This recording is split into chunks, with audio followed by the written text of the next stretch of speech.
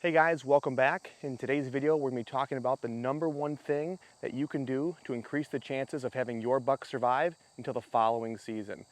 And we'll go over three things as it relates to that. One, the number one thing that you can do to increase the chances that your bucks will survive into the following season. Two, we'll kind of go over some statistics to kind of give you guys a better idea as to just what these deer go through every single season. And third, we'll kind of go over a couple real life examples that I've experienced just to kind of show you what can happen if deer do leave your property, and also how deer can kind of recognize where they're safe and where they're not. So right off the bat, let's just dive right into the number one thing that you guys can do on your property to increase the chances that your bucks will survive one more season. And you know what, I'll actually throw in a bonus one here. And this should be quite obvious, but I've talked to people who didn't really understand it, and so I'm just gonna say it here. You can't shoot a 2.5-year-old buck if you're shooting him when he's 1.5 years old. The same thing goes with a 3.5-year-old buck. You can't shoot a 3.5-year-old buck if you shoot him when he's 2.5. So really it starts with you and your trigger control. If you want to start seeing older bucks in your area, you need to do your part and start laying off the younger bucks. And guys, if you are one of the hunters targeting the younger bucks, please don't take this video as me bashing hunters that take younger bucks. I really could care less. You need to shoot what makes you happy. And no one can decide that but you.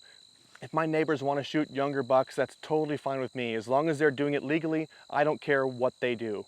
So again, if you want to target younger bucks, that's totally fine. This video just might not be for you. This one's more for the hunter that wants to target the whitetails in that older age class. So again, I'm sure that's pretty obvious, but unfortunately, not everyone gets it, so I just wanted to make sure that we covered that point. But the biggest thing that you guys can do on your property, if you are letting those young bucks walk, the biggest thing you can do on your property is to make sure that your entire property is treated like a sanctuary. You want to make sure that when those deer step foot on your property, that they feel as safe as possible for a majority of the season. That does not mean you're not hunting these deer. It just means that you're hunting them at the right times, the right stands for the time of day. You have good access to and from your stands. You're using the wind appropriately. There's a lot of things that you can do to hunt your property without the deer ever knowing that you're there. But the biggest thing that you need to make sure that you're doing is keeping your property as pressure-free as possible throughout the entire season.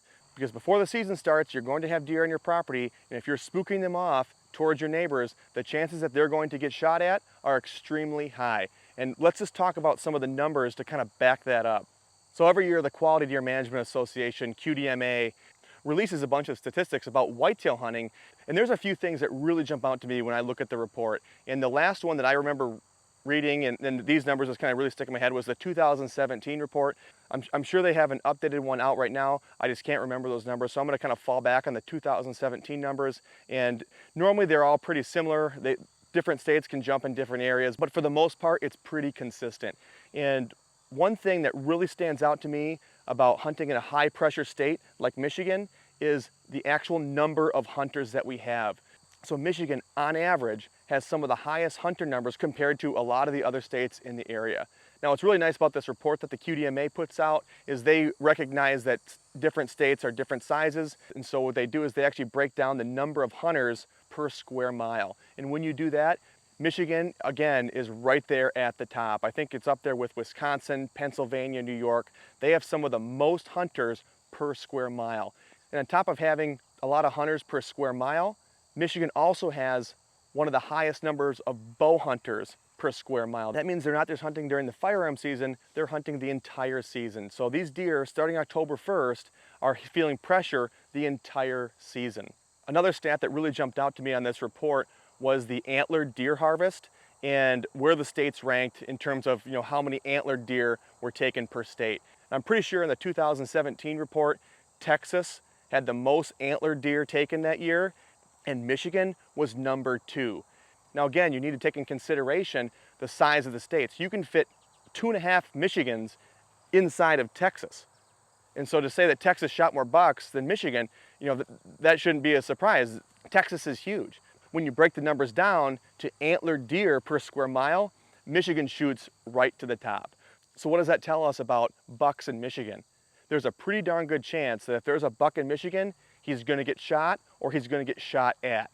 So you as a property owner, if you want to make sure that those deer make it to the following season, you need to make sure that they spend as much time on your property as possible. And if you're in there spooking them off, that's the last place they're going to want to be. So again, you need to make sure that your property is as pressure-free as possible throughout the entire season, because I can guarantee you most of the people around you aren't doing that. They're most likely spooking deer on a consistent basis, and they're not going to do nearly as much as you do to keep your property pressure-free. And some of you might be thinking, well, how does a deer know what area is safe and what area is not? You know, they don't understand the property lines. They don't have the OnX app to know, okay, this is Jake's property, I'm safe over here, but if I go over here, I'm gonna get shot. I understand that they don't actually see the property line, but I guarantee you, they know where they're safe and where they're not. And we'll just go over two brief examples here, things that I've experienced. One was actually last season. A while ago, my wife and I lived in a city called Rockford, Michigan, and we lived right next to a county park. We owned a couple acres, and back when it was legal, we would have a deer feeder behind our house, something that we could kind of watch from the kitchen window, watch the deer while we ate, and those deer were there all the time. Now, these are not pressured deer. Again, they're coming out of a county park. No one hunts them, so they're not really scared of anything. However, they would never come into our yard because we have a husky.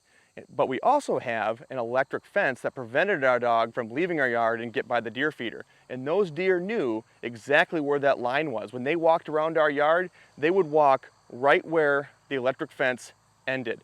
And so those deer knew that that line was the line that they could not cross. Otherwise, they'd be putting themselves at risk of finding out what would happen to them if they came in contact with my dog. And because they knew they were safe on the opposite side of that electric fence, they would be eating at that deer feeder while my dog was sitting on the other side of the electric fence. They would watch each other all day long, and those deer would never leave because they knew that they were safe. So I'm telling you, they know where they're safe and where they're not.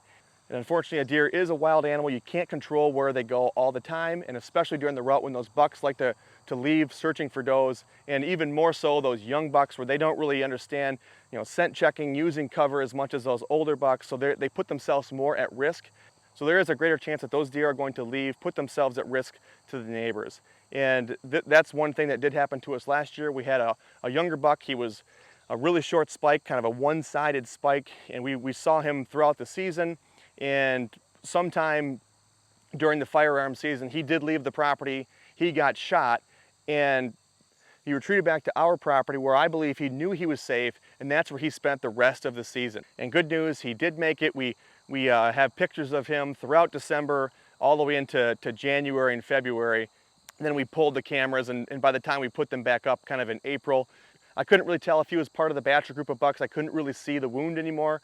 The point of showing you this was really just to kind of hammer the point home that if you're spooking your property and pushing the deer off to your neighbors, the chance that they're going to get shot is extremely high. Remember, outside of Texas, Michigan hunters shoot the most antlered deer in the country. And per square mile, they do shoot the most antlered deer in the country. So you need to do everything that you can to keep the deer on your property as long as possible, because again, if they leave, there's a really good chance that they're going to get shot at. Again, this does not mean that you're not hunting your property. You're simply hunting smarter. You're hunting the correct days. You're using the wind to your advantage, the terrain to your advantage. You're hunting the correct stands for the time of day.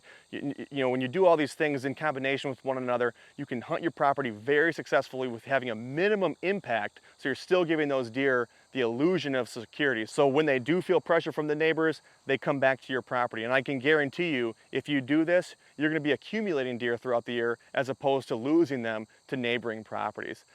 So hopefully this makes sense, guys. If you guys are doing anything different to help your bucks survive one more year, I'd love to hear about it. Leave your comment in the comment section below. I'll get back to those as soon as I can, but we will see you guys in the next video.